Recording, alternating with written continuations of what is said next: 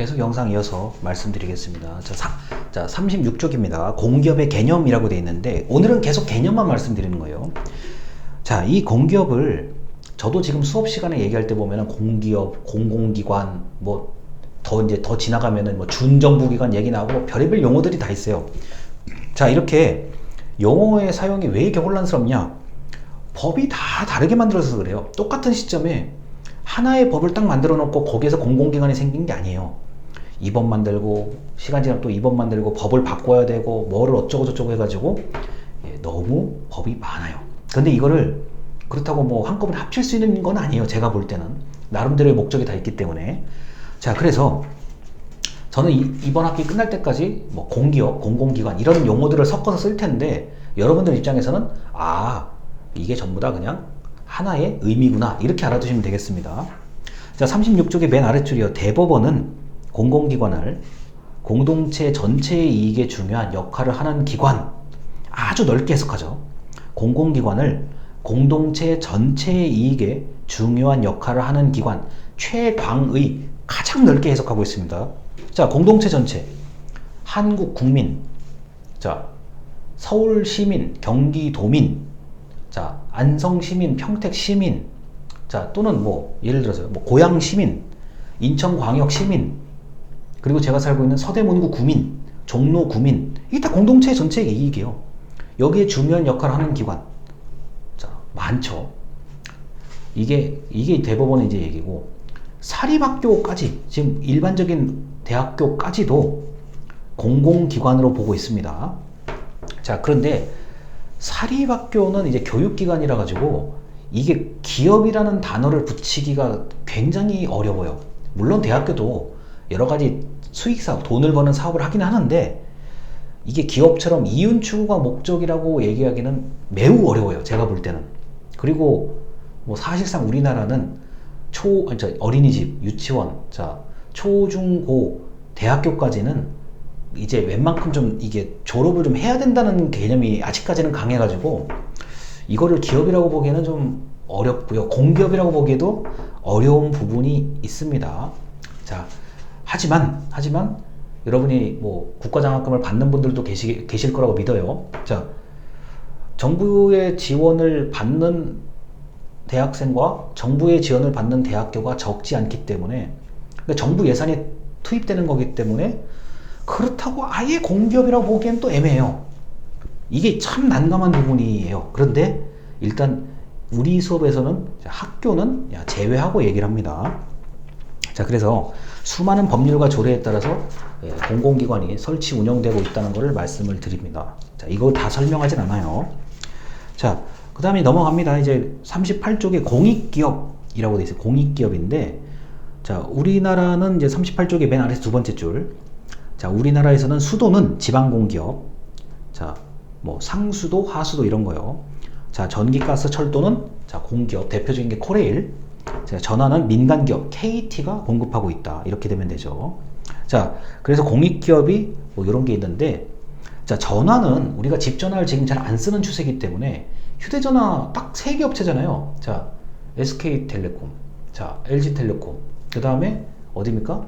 자, SK, LG, 그 다음에 자, KT가 있죠.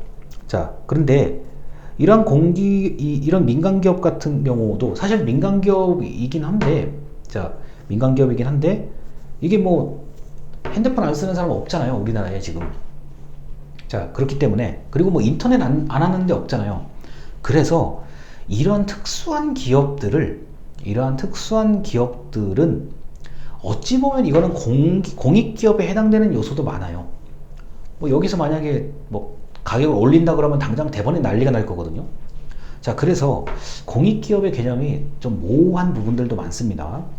자, 그리고 39쪽에 사회적 기업의 맨 위에 줄이요. 자, 사회적 기업은 그 나중에 뒤에 가면 다시 배울 텐데, 이거는 이제 취약계층, 특정 지역, 특정 영역에서 자, 돈을 벌어요. 이윤을 추구하는데 그 이윤의 일부분을 자, 사회에 자, 돌려준다, 환원한다, 이런 개념을 가지고 있습니다. 자, 그래서 사회적 기업은 이 공기업하고는 조금 더 다른 의미인데, 요새 뭐 사회적 기업을 운영하시는 분이 원체 많다 보니까 여기에 대해서는 제가 또 한 번쯤 자세하게 설명을 드려야 될 것 같아요. 자, 그렇게 해서 넘어가겠습니다. 뭐 복잡한 얘기들은 전부 생략하고요. 자, 넘어가면은 좀 많이 넘어갑니다. 자, 46쪽이에요. 46쪽에 공공기관의 분류 기준이라고 되어 있습니다. 표가 있어요. 자, 표가 있는데 거기 보면은 뭐 국가공기업. 자, 국가공기업은 이제 전국 단위에서 많이 역할을 하는 데죠. 자, 시장형 공기업. 시장형 공기업은 간단합니다. 돈을 많이 버는데요. 자, 준시장형 공기업은 그것보다는 돈을 적게 버는데요. 자, 준정부기관입니다. 이것도 마찬가지로 공기업이죠. 자, 그런데 이 준정부기관은 돈을 많이 버는 것보다는 공공성에 좀 더 와 있는 거예요. 기금관리. 자, 우리가 뭐 국민연금 이런 게 기금관리죠. 자, 위탁집행. 자, 이거는 특정한 영역은 너희가 해라. 너희가 전담해라. 이게 위탁집행형입니다. 자, 그래서 제가 이 공기업을 네 가지로 분류를 한다 그러면 이렇게 수직선이라고 생각하면 돼요. 수익성을 제일 추구하는데, 공공성을 제일 추구하는데, 자, 돈을 많이 버는데 시장형, 자, 그 다음에 준시장형, 그 다음에 기금관리형, 그 다음에 가장 공공성이 강한 곳이 공기업이 위탁집행형. 수직선에서 왔다 갔다 한다고 보시면 됩니다.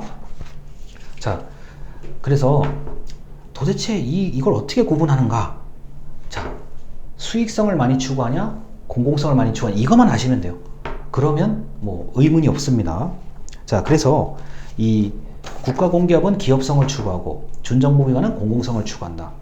예를 들어서 뭐 아까 얘기했던 한국장학재단 같은 경우는 공공성입니다. 제가 볼 때는. 왜냐? 대학생들한테 돈을 나눠줘야 되는 거기 때문에 그렇고, 뭐 전기 뭐 이런 거요. 대표적인 전기요. 전기는 전기요금을 받잖아요. 아마 제가 말하는 이 시간에도 전기요금이 이체되는 데가 엄청나게 많을 거예요. 전기요금 이체되는 데요. 자, 수도요금 내야 되잖아요. 뭐 나름대로의 이런 요금을 많이 꾸준히 받는 데가 시장형 공기업이라 보시면 되고, 자, 요금을 가끔 받는데 그 액수가 좀 클 때, 뭐 광고공사 같은 데 있어요. 한국광고공사, 방송광고공사 같은 경우는, 자, 이미 광고란 단어가 들어가면 액수가 커요. 돈 벌잖아요. 이게 이제 준시장형 개념이라고 생각하시면 되겠습니다. 자, 그래서 이렇게 뭐 아시면 되겠고, 그 다음에 넘어갈게요.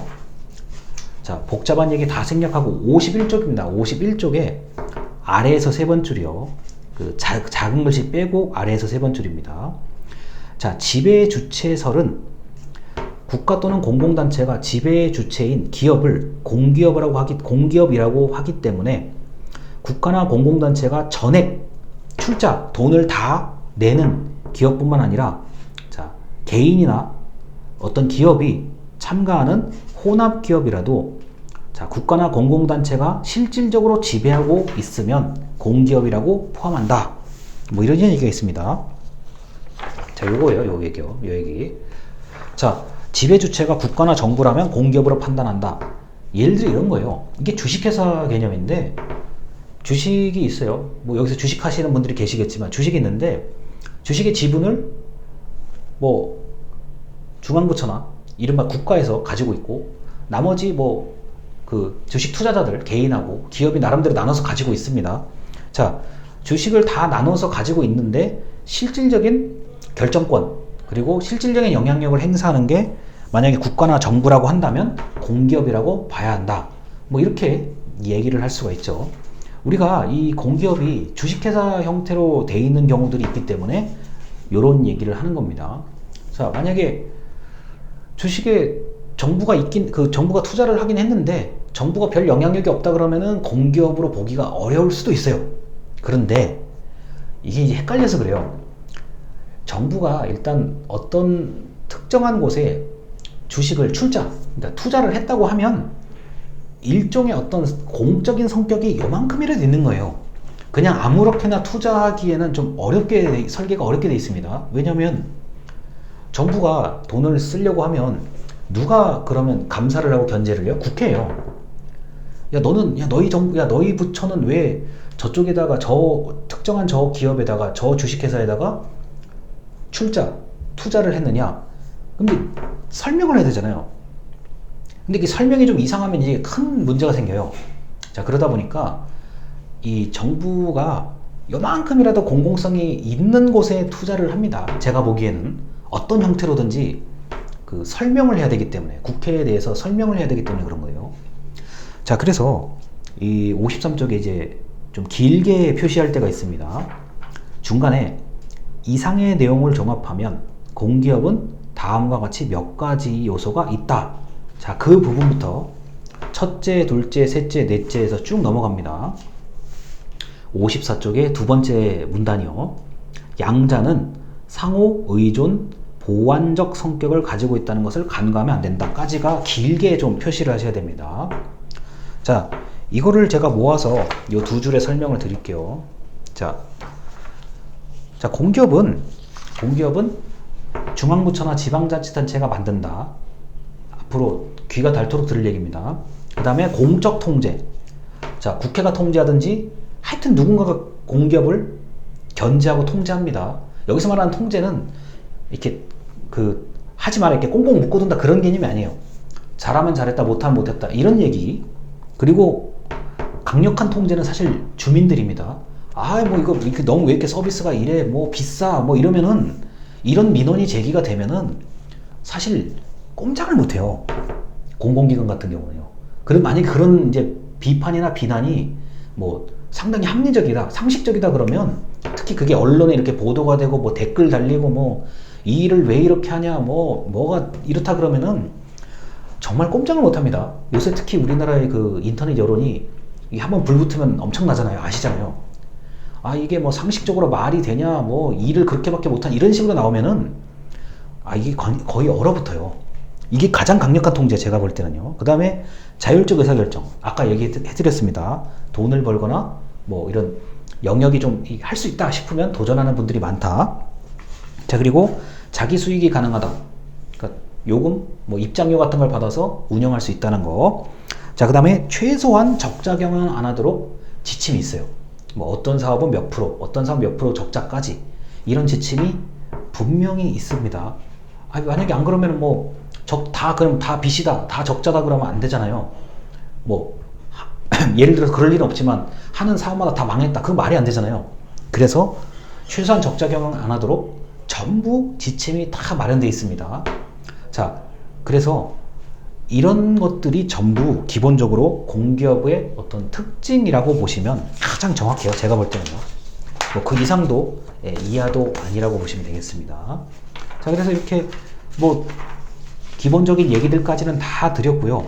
이제 오늘 수업까지가 이게 63쪽까지의 얘기거든요. 63쪽까지의 얘기인데 그 57쪽 얘기부터 영상 하나만 더 촬영을 하면은 오늘 수업은 끝나는 겁니다. 자, 일단은 여기까지입니다. 감사합니다.